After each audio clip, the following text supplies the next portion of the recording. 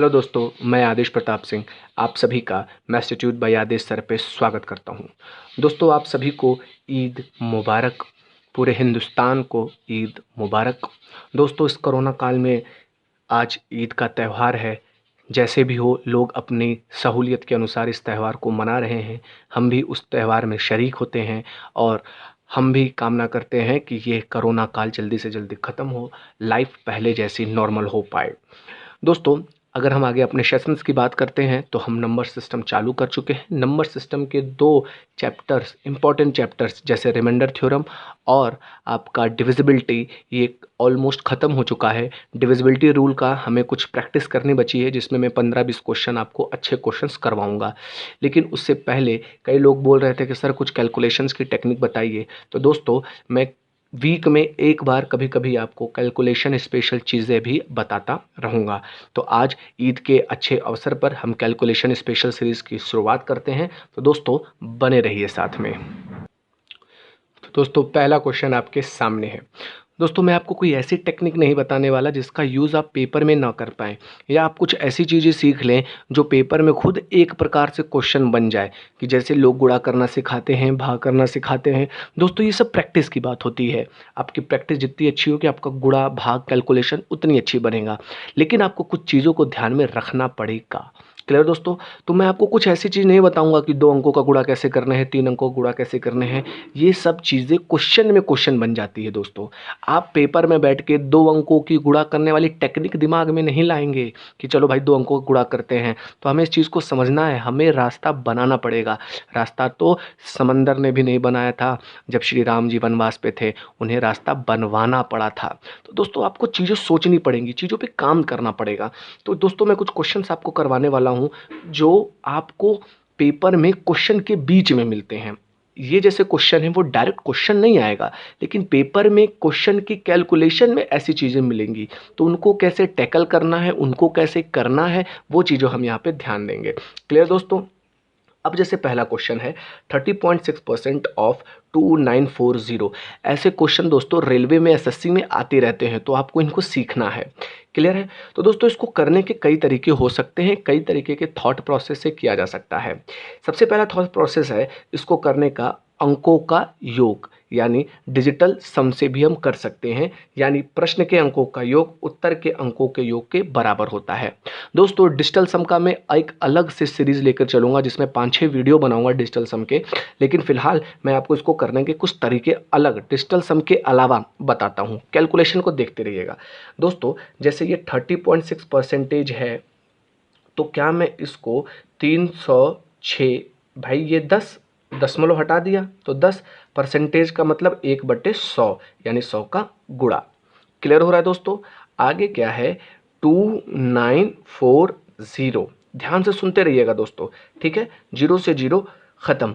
अब ये बचा 306 गुणे 294। अब दोस्तों, गौर से सुनिएगा, डायरेक्ट गुणा नहीं करना है, मैं डिजिटल सम भी नहीं लगा रहा, सुनते रहिएगा।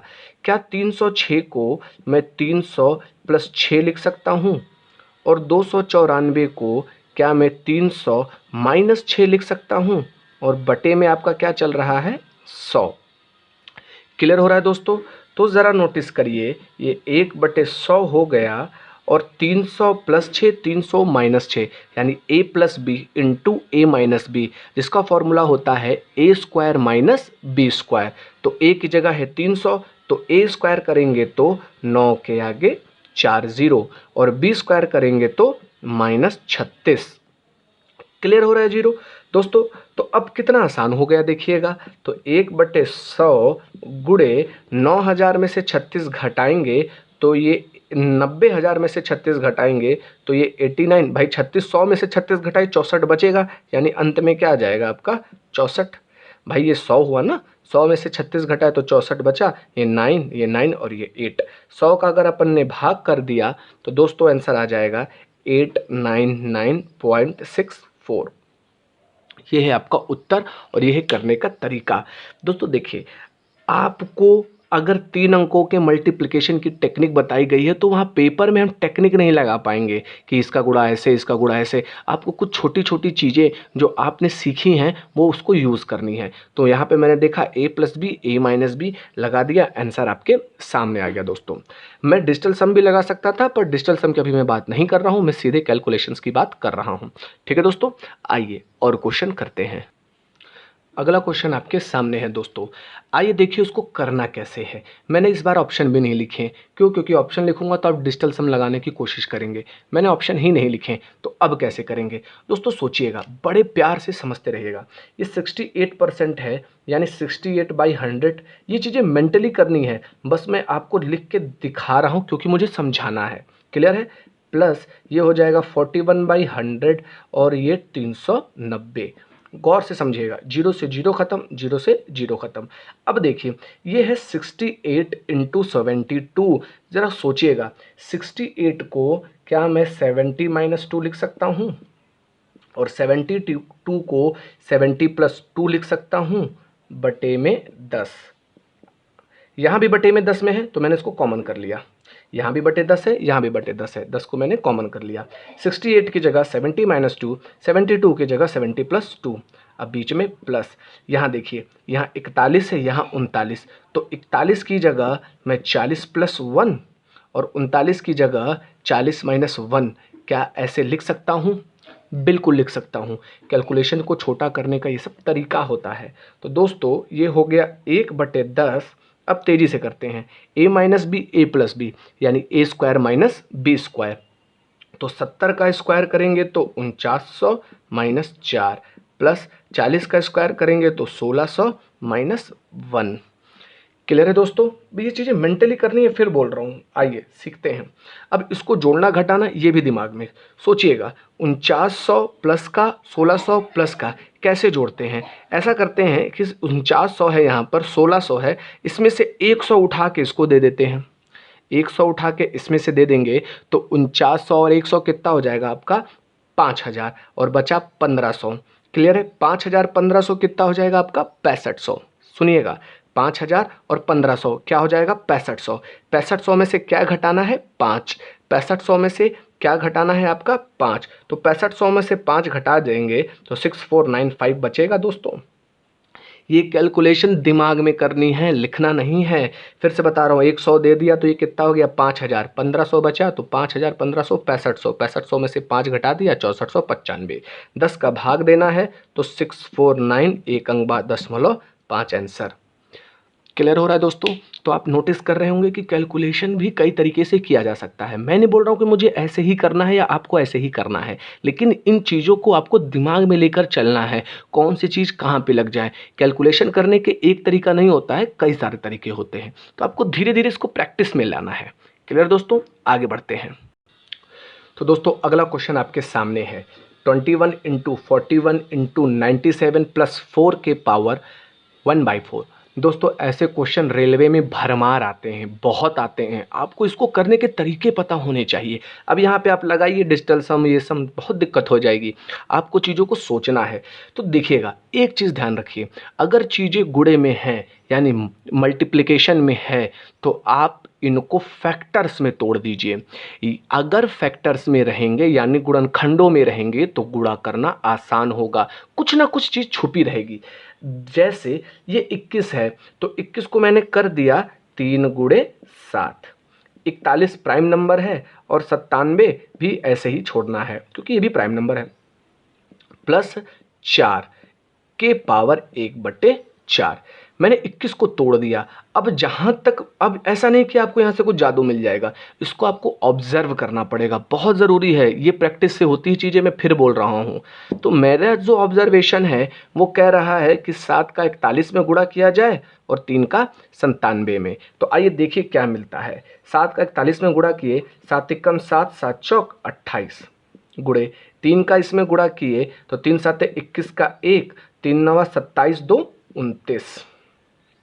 तो ये हो गया 287 × 291 प्लस 4 के पावर 1/4। अब ये फ़ायदा देखिए, देखिए कितना आसान है। ये मेरे को 289 - 2 और ये 289 + 2 बन रहा है कि नहीं बन रहा? ये हो जाएगा 289 माइनस 2 और ये है 289 प्लस 2, क्योंकि 89 2 91 और 89 में से 2 गया 87 प्लस 4 के होल पावर 1/4। अब फिर से वही a plus b a minus b बन गया। अगर a plus b a minus b बन गया तो ये होगा a square minus b square. तो a की जगह 289 है तो 289 का स्क्वायर माइनस 2 का स्क्वायर 4 प्लस 4 के पावर 1/4। अब देखिएगा 4 से 4 खत्म हो गया दोस्तों। आपको पता है कि 289 17 का स्क्वायर है, 17 का स्क्वायर क्या स्क्वायर बचेगा, 4 से 4 कट गया, के पावर क्या हो जाएगा 1/4। 17 का पावर 2 दूनी 4, इस पूरे के पावर 1/4, 4 से 4 कट गया, आंसर आपका आ गया 17। क्लियर हो रहा है दोस्तों? दोस्तों समझिएगा, ये मैंने आपको एक एक स्टेप लिखा है, आपको यहीं से क्लियर हो जाना चाहिए कि आंसर क्या आने वाला है। ये तो मैंने आपको एक एक चीज़ समझाया है कि मैंने a plus b minus b बना के लिखा के दिखाया है। आपको बार बार बोल रहा हूँ ये चीज़ें मेंटली होनी है, लेकिन ये टेक्निक्स आपको सोचनी पड़ेंगी। क्लियर हो रहा है दोस्तों? आइए एक क्वेश्चन और देखते हैं। दोस्तों अगला क्वेश्चन आपके सामने है, 250 का 48% प्लस 480 का 25%। अब देखिए सब वही बात है, ऑब्जर्वेशन करने की ज़रूरत है। ऐसा नहीं कि मैंने इसको 48/100 किया, गुणा भाग करना चालू कर दिया, नहीं, मैं कुछ ऑब्जर्व कर रहा हूँ। दोस्तों समझिएगा, एक चीज़ मैं अलग से आपको बता देता हूँ, नोटिस करिएगा। जैसे अगर 1000 का मैं 10% निकालूं तो 1000 का 10% कितना हो जाएगा दोस्तों? 100। क्या होता है कि जैसे 1000 है, 10% यानी परसेंट का मतलब 1/100। क्लियर है दोस्तों? अब वही चीज़ है, देखिए 0 से 0 ख़त्म हो जाएगा ये वाला, 1 0 से 1 0 और कट गया, आंसर क्या आ गया? 100। क्लियर है? लेकिन मैं ये बोलना चाह रहा हूँ, सुनते रहिएगा बस, मैं ये बोलना चाह रहा हूँ कि ये जो गुणा है भाई, 1000 गुणे 10% यानी 1/100, ये सारी चीज़ें गुणे में ही तो हैं। और गुणे में कभी भी स्थान का कोई फर्क नहीं पड़ता। बहुत इंपॉर्टेंट लाइन बोल रहा हूँ मैं, ये आपको बहुत चीज़ सीखने को देगी।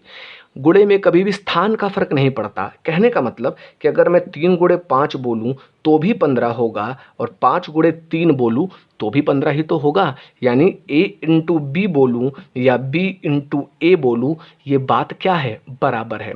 यानी कि मैं बोल सकता हूँ कि मैं अपनी सुविधा अनुसार इस परसेंटेज का गुणा इधर भी कर सकता हूँ, या 1000 का गुणा डायरेक्ट 1/100 में कर सकता हूँ। कहने का मतलब कि अगर गुणे में है तो स्थान का कोई बदलाव हो सकता है, स्थान से कोई फर्क नहीं पड़ता है।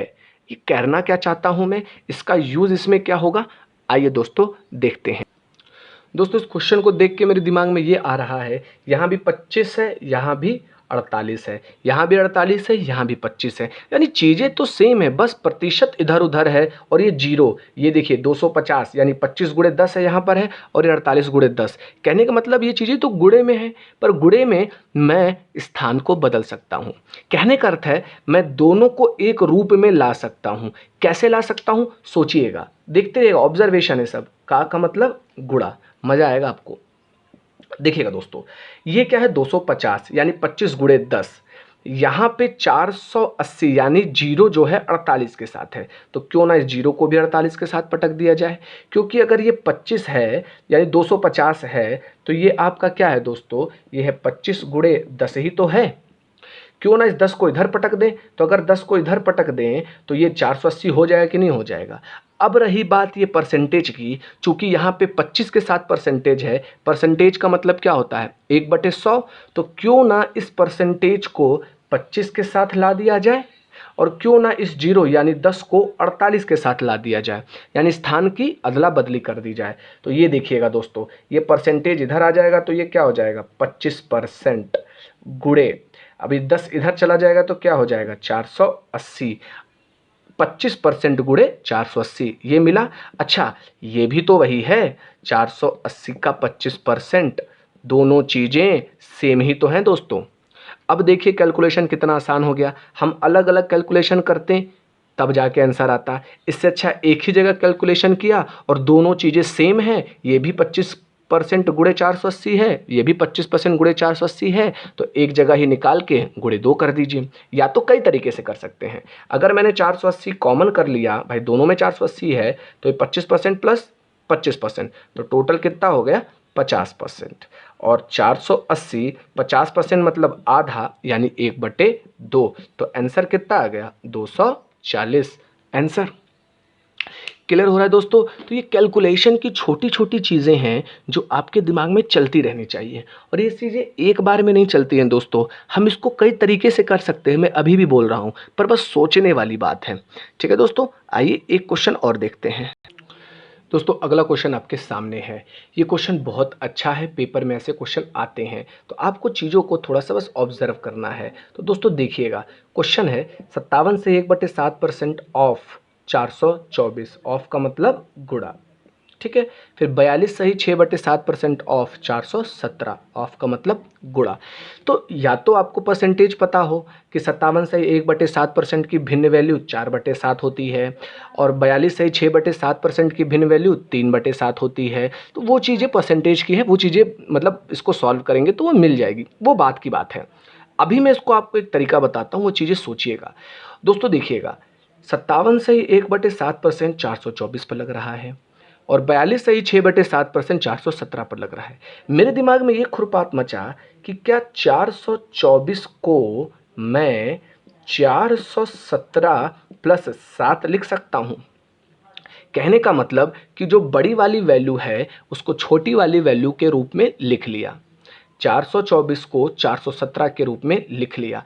अब ध्यान से देखिएगा, 424 पर 57 सही 1/7% लग रहा है, यानी 424 यानी 417 प्लस 1/7, तो इस पर क्या लग रहा है आपका 57 सही 1/7%।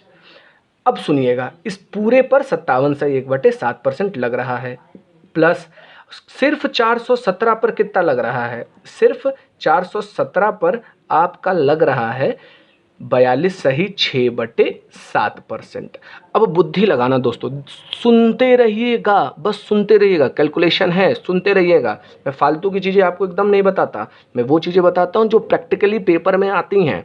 अब सुनते रहिएगा, जो 57 से 1/7% है वो पूरे पर लग रहा है, यानी 417 प्लस 7 पर, यानी मैं बोल सकता हूँ कि 417 पर सिर्फ 417 पर 57 से 1/7% भी लग रहा है, और 42 सही 6/7% भी लग रहा है।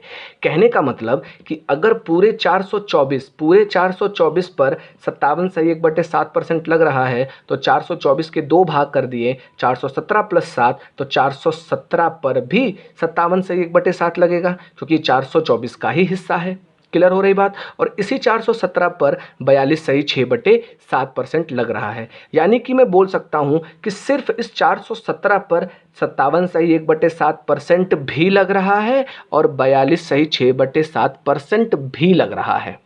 समझ में आया कि 424 को मैंने 2 भागों में तोड़ दिया, तो इसका जो 417 है, भाई जब 424 पर 57 सही 1/7% लग रहा है, तो भाई 417 पर भी तो लगेगा ना, और 417 पर यहाँ 42 से 6/7 लग ही रहा है, यानी कि मैं बोल सकता हूँ कि 417 पर 57 सही 1/7% भी लग रहा है, और 42 सही 6/7% भी लग रहा है।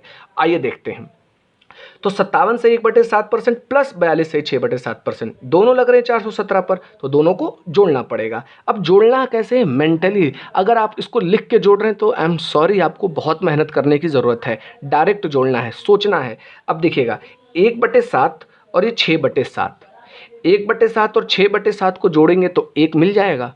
अरे 7 में से 1 हिस्सा और 7 में से 6 हिस्सा जब जोड़ेंगे तो 7 में से 7 हिस्सा मिल जाएगा। 7 का 7 यानी पूरा पूरा, यानी 1 मिल गया। तो 1/7 और 6/7 को जोड़ा तो क्या मिला? 1। और 57 और 42 को जोड़ा तो क्या मिला? 99।